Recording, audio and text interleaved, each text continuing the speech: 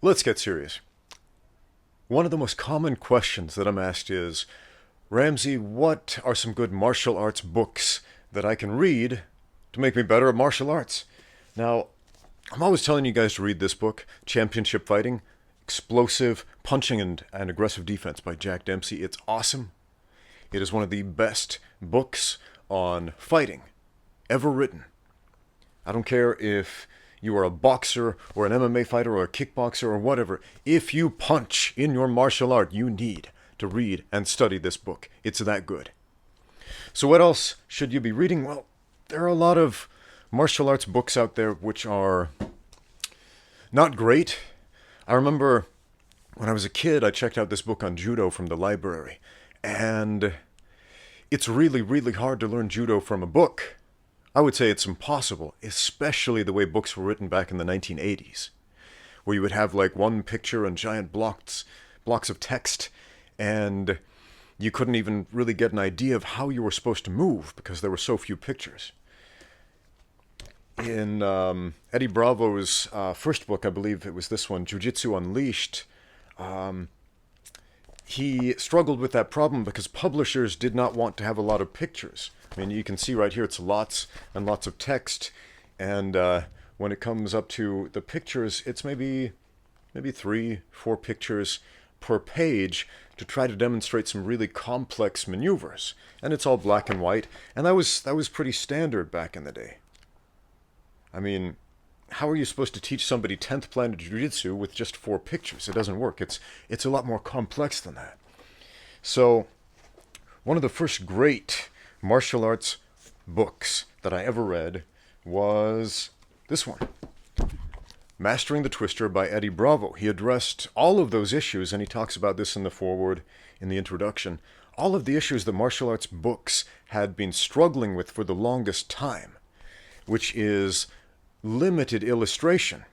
And one of the reasons Eddie Bravo chose to write this book, in addition to making videos about his system, was that he could outline it in a way that you could go back and forth and reference.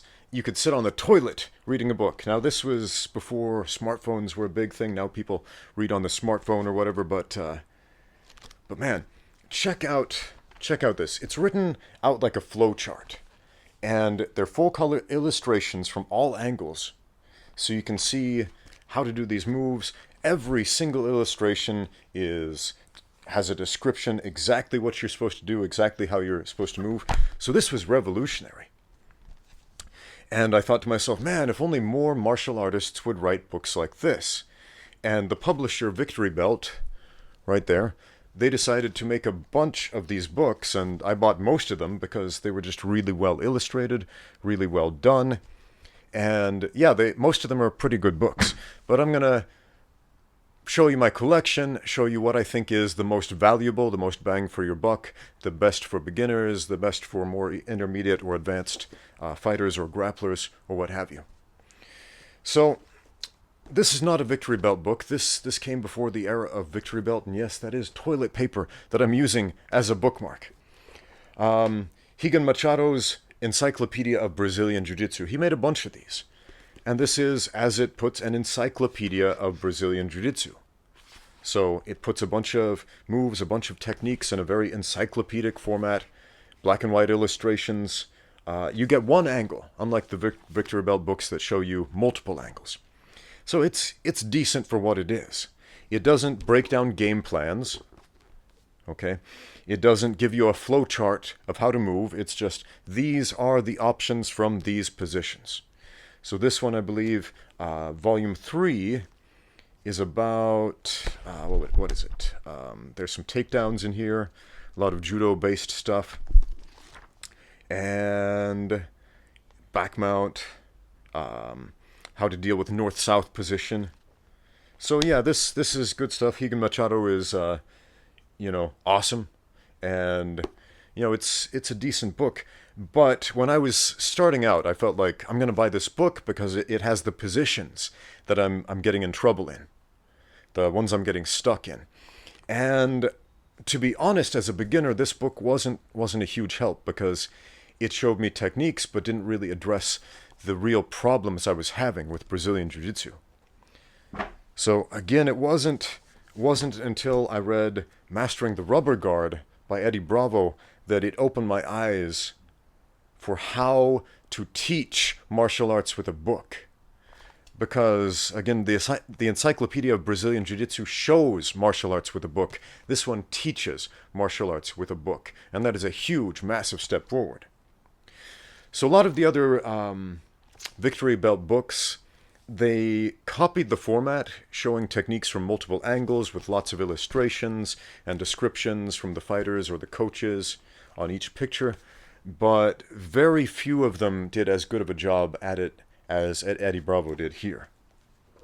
Okay, so if you like 10th Planet Jiu-Jitsu, Mastering the Rubber Guard, there's also Advanced Rubber Guard, which is, it's pretty cool. And what else? Mastering the Twister as well, which I also have. Where's that one? Yeah, this one. I loved Mastering the Rubber Guard so much, as soon as this one came out, I went out and bought it, and it confused me. It really, really confused me. Because, frankly, this is about the top game. And the reason Mastering the Rubber Guard resonated with me so much, I think, is because that's when I was starting to learn jiu-jitsu, starting to learn how to wrestle, and I wasn't any good at it, especially the wrestling part, so I had no top game.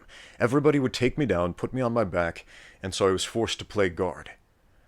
And this one was confusing because I didn't know how to get on top, I didn't know how to wrestle, and so, yeah, all of the secrets held in this book were just not available until I learned how to do that. Now, totally different thing. Once I learned how to wrestle, once I got good at sweeps and getting on top and stabilizing on top, this one really, really started resonating, and I use a ton of techniques from this book to this day. Okay, so yeah, Eddie Bravo's books, great stuff, revolutionized martial arts books. So, what else? Fighting the Natural Way by Randy Couture. This one I really enjoyed. It's really comprehensible for a non-wrestler to learn wrestling for mixed martial arts, wrestling for fighting, wrestling even for self-defense. How to take someone down, how to stay on your feet, how to capitalize with ground and pound, how to deal with common scenarios you will find when strikes are introduced to the situation. So, Wrestling for Fighting the Natural Way by Randy Couture, another Victory Belt book, which is awesome. Let's see here. This is not a Victory Belt book. This is Winning on the Ground by Ana Maria de Mars, famous for being Ronda Rousey's mom. So I bought this one when it was on sale on Amazon back in the day, and I thought, okay, I'm going to look through that, and I was pleasantly surprised. This one, it's black and white pictures. It's not the multiple angles like the Victory Belt books. And so at first glance I was like, there's a lot of text in here and all that, but it's really, really good, important text. This is about game plans. This is about, all that stuff that is probably missing from your grappling game. If you are a submission grappler, a judo player, a Brazilian Jiu-Jitsu practitioner, a catch wrestler, or a mixed martial artist, this has some really, really good ideas for game plans and coaching and training that can make you a much better fighter and win on the ground, as the title says. So, yeah, Ana Maria de Mars, we live in interesting times, because when I was a kid, it was really hard to contact celebrities or people who wrote books, and I contacted her on Facebook, sent her a message, this book is fantastic, and she wrote back, and I was like, whoa, a marginally famous person wrote back to me, that's amazing. So, yeah, Ana Maria de Mars, once again, thank you for this outstanding book, awesome game plans. Anyone at the coaching level of martial arts should definitely appreciate the content of this book.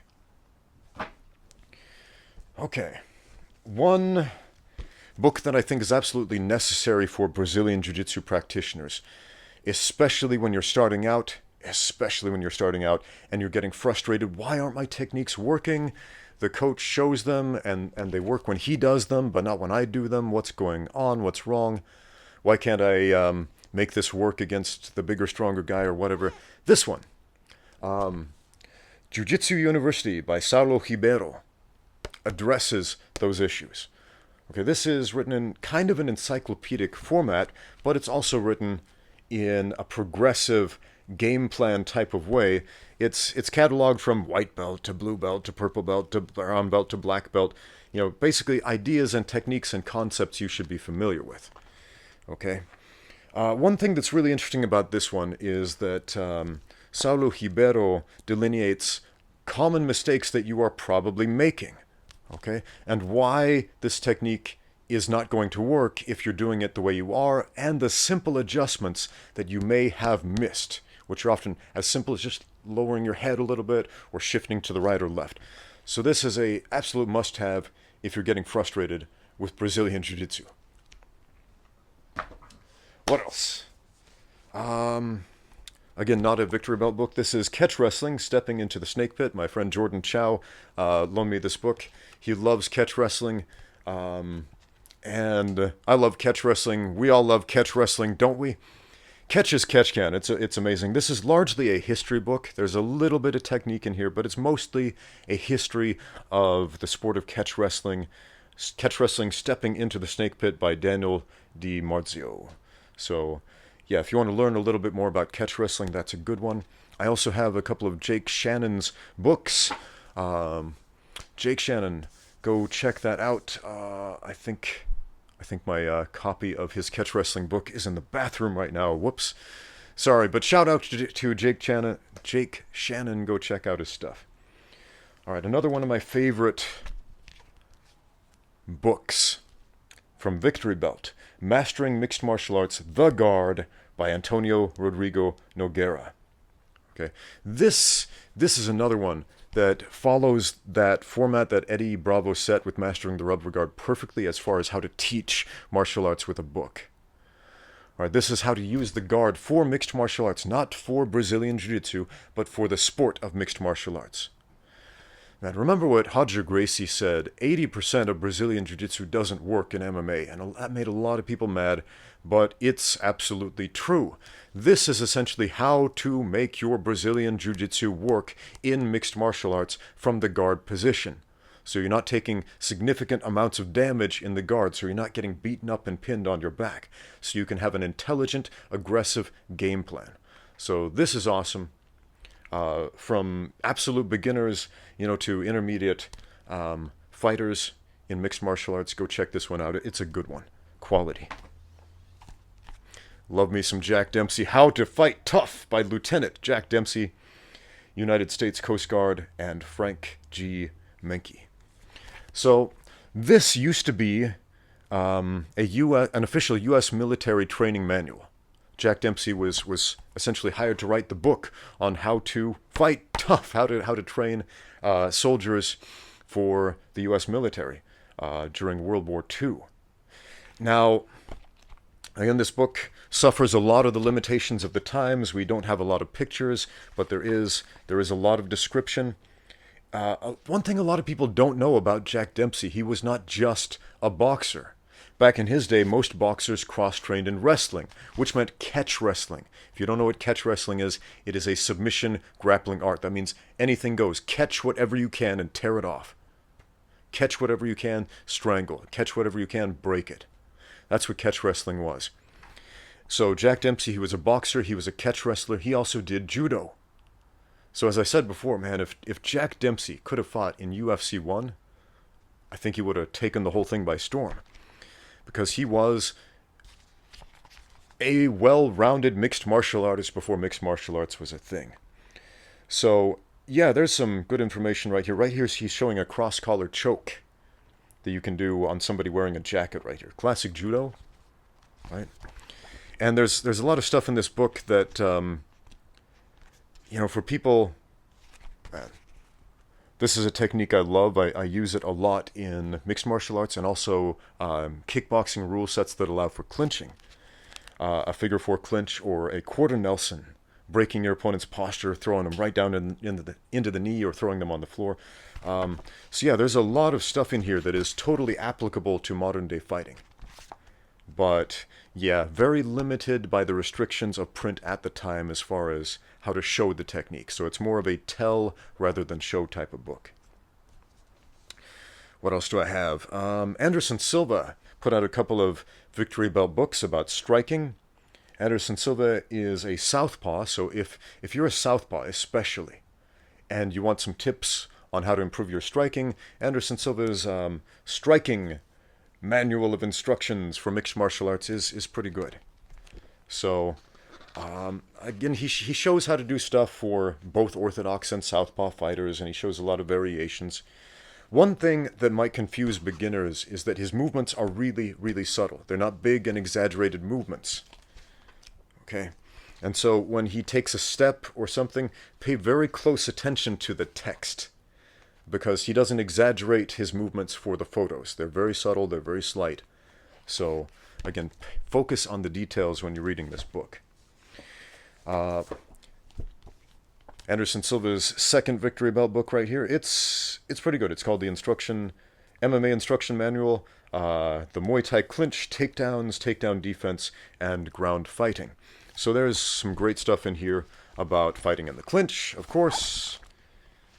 Some takedowns, takedown defense, which is something Anderson Silva was very good at, defending the takedown.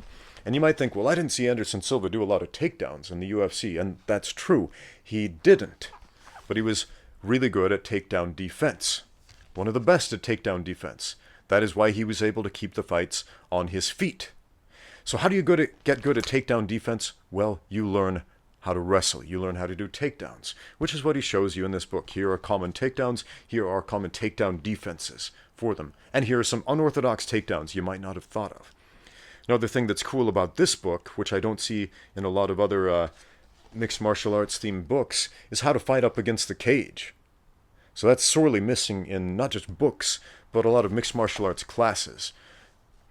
A lot of them teach mixed martial arts from a Brazilian jiu-jitsu open mat perspective, which I think is terrible, since most MMA fights don't necessarily go to the ground, but they almost always go up against the cage. So you need to know how to fight with your back up against the wall, and you need to know how to fight by pressing your opponent up against the wall. Super, super important. What else do we have here? Again, another book that I absolutely love, Mastering Triangle Chokes by Neil Melanson. Neil Melanson, he's here on YouTube at the Hayabusa channel. Go check him out. He is awesome, and he shows a lot of the techniques that are in this book, but in the book he just shows more and goes into thorough detail. This is, how many pages? Hundreds of pages of information about how to do the triangle choke from the guard bottom position. Now, the triangle is an interesting submission because you can pull it off from a bunch of different positions. You can do flying triangles. You can do triangles from mount. You can even pull off triangles when you are side-mounted from the bottom. That's possible. I do that from time to time, especially if I have some new guys come in. But this is all about how versatile this submission is from only one position, from the guard. How to set it up, how to finish it, how to troubleshoot it. It's awesome. Highly recommend it. I've been asked what are your 3 favorite submissions, or if you could only do 3 submissions for the rest of your life, what would they be? And the answers are 1, the rear naked choke, because it is the highest percentage. 2, the triangle choke, because it gives you a tremendous amount of control over the situation, even if you don't finish it as a submission. And 3, the heel hook. The heel hook, because it is the great equalizer, especially when you are fighting a much, much larger, stronger opponent. Target something little and break it off. So Mastering Triangle Chokes by Neil Melanson. Awesome, awesome book. Can't rave enough about this one. Now, books that I'm not crazy about, but I still own. The Grappler's Manifesto. This is kind of, it's illustrated in the Victory Belt manner, showing stuff from different perspectives, and it's got descriptions of things, and it's even got all of these different celebrity fighters showing their favorite techniques, but it's very encyclopedic in nature. So it's good information. It's not bad information. But again, it's encyclopedic content as opposed to breaking it down into a comprehensive game plan, which is what I really love, especially as a coach, to see, how this stuff can make your game better, not just give you a technique here and there, which this does. It gives you plenty of techniques. So if you're thinking like, man, I want to learn a new technique from side control, look up the side control section here, and you'll see a few hints and ideas of how to attack from there and so on. So not my favorite book, not a bad one, but yeah. Let's see here.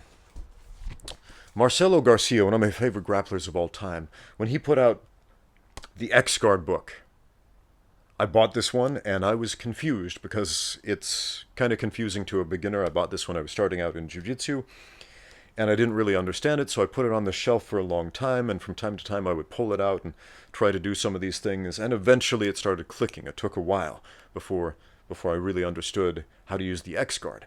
So the pros and the cons of this book, mostly the cons is it's confusing if you're a beginner. So if you're a beginner, go to jiu-jitsu class and pay attention to what your coach says. And at that stage in the game, you're gonna get a lot more.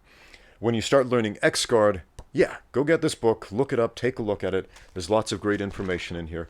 What I like is that Marcelo Garcia shows gi and no gi options.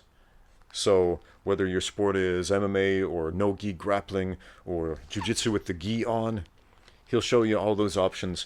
He's got these little things at the top like, this is good for both gi and no gi, right?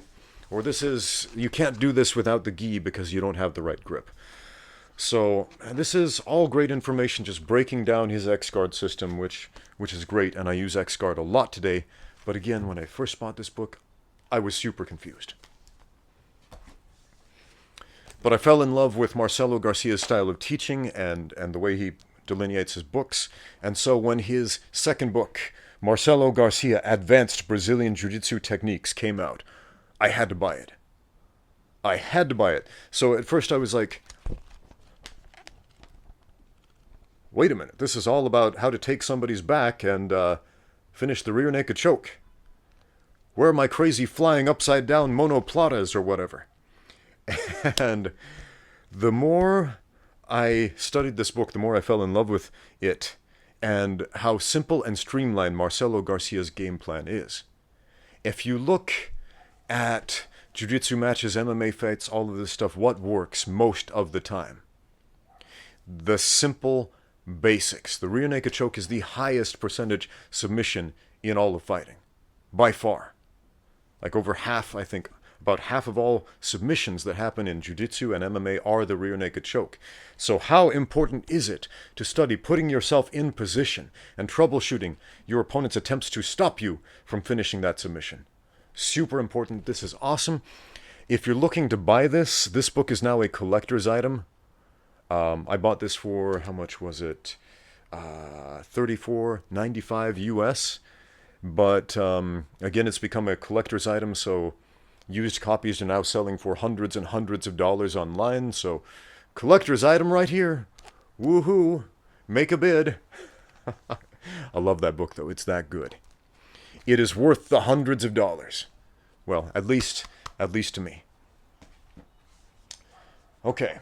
Books I would recommend to beginners getting into mixed martial arts. This one, Fedor put this book out, and a lot of fighters I know, including myself, when this book came out, we went out and bought it, and we were like, oh, Fedor put out a book. He's such a good fighter. He's going to have some great information in there. And we opened it up and looked at it, and it was like, oh, this is really basic stuff. Basic strikes, basic defense, basic takedowns, basic grappling, basic finishes, basic submissions, basic sweeps. Stuff that every fighter should already know. So, again, at first I was kind of disappointed, but then I realized this is actually a pretty good teaching tool for beginners. So if you're starting out in the sport of mixed martial arts and you want a good introductory book teaching you all the basics, Fedor's book is a pretty good one. Again, Fedor, The Fighting System of the World's Undisputed King of MMA, another victory belt book. And, yeah, what else? Greg Jackson has 2 books. I have these as well. The Stand-Up Game.